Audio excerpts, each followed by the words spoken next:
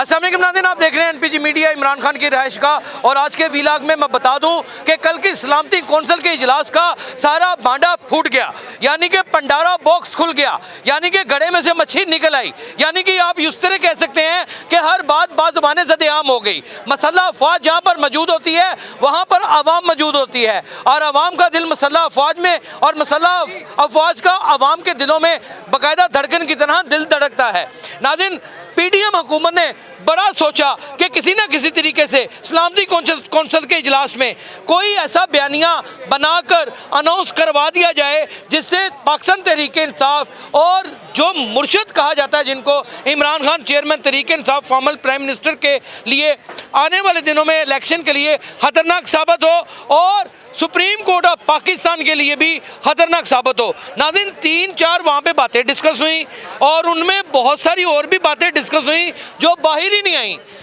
हमारे ज़राया हमें बताते हैं, हमारे रिसोर्सेज ने ही हमें बावर कराया है कि chief justice of supreme court के साथ महाजराई से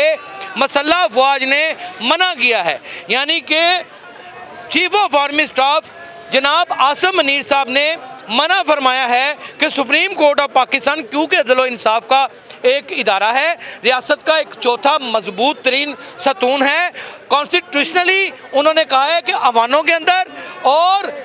सरेआम या किसी व्लॉग्स में अदलिया के हवाले से ना बहस हो सकती है, ना बात हो सकती है, ना ही नज़ेबा लफ्ज़ कहे जाते हैं। लेकिन आप देख रहे होंगे पीडीएम के बहुत सारे अरकान नाज़रीन आज प्रेस कॉन्फ्रेंस भी कर रहे हैं और बहुत सारे ऐसे अरकान हैं जो बाकायदा तौर के ऊपर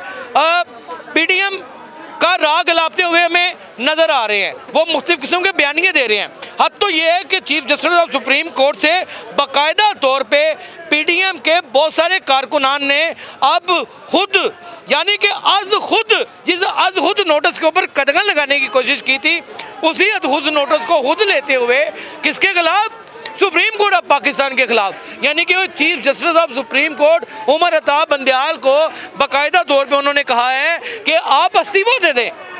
यानी कि 2 जजेस हज़रात इस्तीफ़ा दे दें। नाजरीन, ये इतनी ख़तरनाक सूरत हाल है, इसी का नाम आइनी बहरान है और इस वक्त हुकूमत सरगर्म है आइनी बहरान को मज़ीद शिद्दत देने के लिए, ताकि अवाम सर चढ़ के किसी तरीके से अदालत का दफा करने के लिए और उसको मुहासरे का नाम दे दिया जाए। अब अवाम ने नहायत दनाई के साथ, नहायत ही खुद मुख्तारी के साथ, नहायत ही दीदा दलेरी से और होश के साथ ये फैसला करना है कि उन्होंने एक जानिब अदालतों का तहफ़्फ़ुज़ भी करना है, दूसरी जानिब अपनी मनपसंद की हुकूमत भी लानी है, तीसरी जानिब इलेक्शन के ऐलान को कायम व दायम भी रखना है और इलेक्शन करवाने भी हैं। इस वक्त अगर देखा जाए नाजरीन, तो कड़ा तरीन इम्तहान सिर्फ़ और सिर्फ अवाम का है। यानी कि जब अवाम का इम्तहान होता है तो मसल्ला अफवाज का ऑटोमेटिकली इम्तहान शुरू हो जाता है, क्योंकि मसल्ला अफवाज की ताकत का सरचश्मा हमेशा अवाम गिने जाते हैं। नाज़रीन, जब मसल्ला अफवाज और अवाम एक हैं तो फिर ये पीडीएम हुकूमत इतने माशी बहरान के बावजूद भी खुद क्यों नहीं इस्तीफ़ा दे देती और खुद क्यों नहीं असम्बलियाँ खाली कर देती और एक साथ क्यों नहीं इलेक्शन कराती? ये एक सवालिया निशान है। अगर आपको इसका जवाब मिले तो ज़रूर बताइएगा। नाज़रीन, हमारे पास और भी बहुत सारी खबरें हैं, जिसमें एक ये भी खबर है कि रेफरेंस एक तैयार किया जा रहा है, वो रेफरेंस उमर अता बंदयाल साहब के लिए है। अब वो रेफरेंस किस तरीके से भेजा जाएगा, रेफरेंस का कोई भी वे हो, उसमें कोई भी शिक डाली जाए, उसमें कोई अमेंडमेंट की जाए या कोई नई रूलिंग पास करवाई जाए या जजेस से मज़ीद कुछ नोट लिखवाए जाएं या फिर कोई और हरबा इस्तेमाल किया जाए या मुख्तलिफ शहरों की बार्स को ख़रीदा जाए, यानी कि आप कह लीजिए कि आइनी शॉपिंग की जाए, या फिर आप ये कह लीजिए कि कॉन्स्टिट्यूशनल शॉपिंग करने की कोशिश की जाए, या फिर ये कह लीजिए कि एक ख़रीदो फरोख्त का या फिर एक ऐसी नई किस्म की हॉर्स ट्रेडिंग का सिलसिला शुरू हो जाए जिसमें सेनेटर या फिर बाकायदा तौर पे कैंडिडेट्स नहीं बिकते, बाकायदा तौर पे अब इदारों को भी ख़रीदने की कोशिश की जाए। नाज़रीन, ये सूरत हाल भी अवाम के लिए डायरेक्ट इतनी नुकसानदेह है कि जिसका अंदाज़ा आने वाले वक्तों में, यानी कि समझ लीजिए कि आप 48 घंटे के बाद ये अवाम खुद ही लगा लेगी। तकरीबन 12-13 दिन रह गए हैं ईद उल फितर में।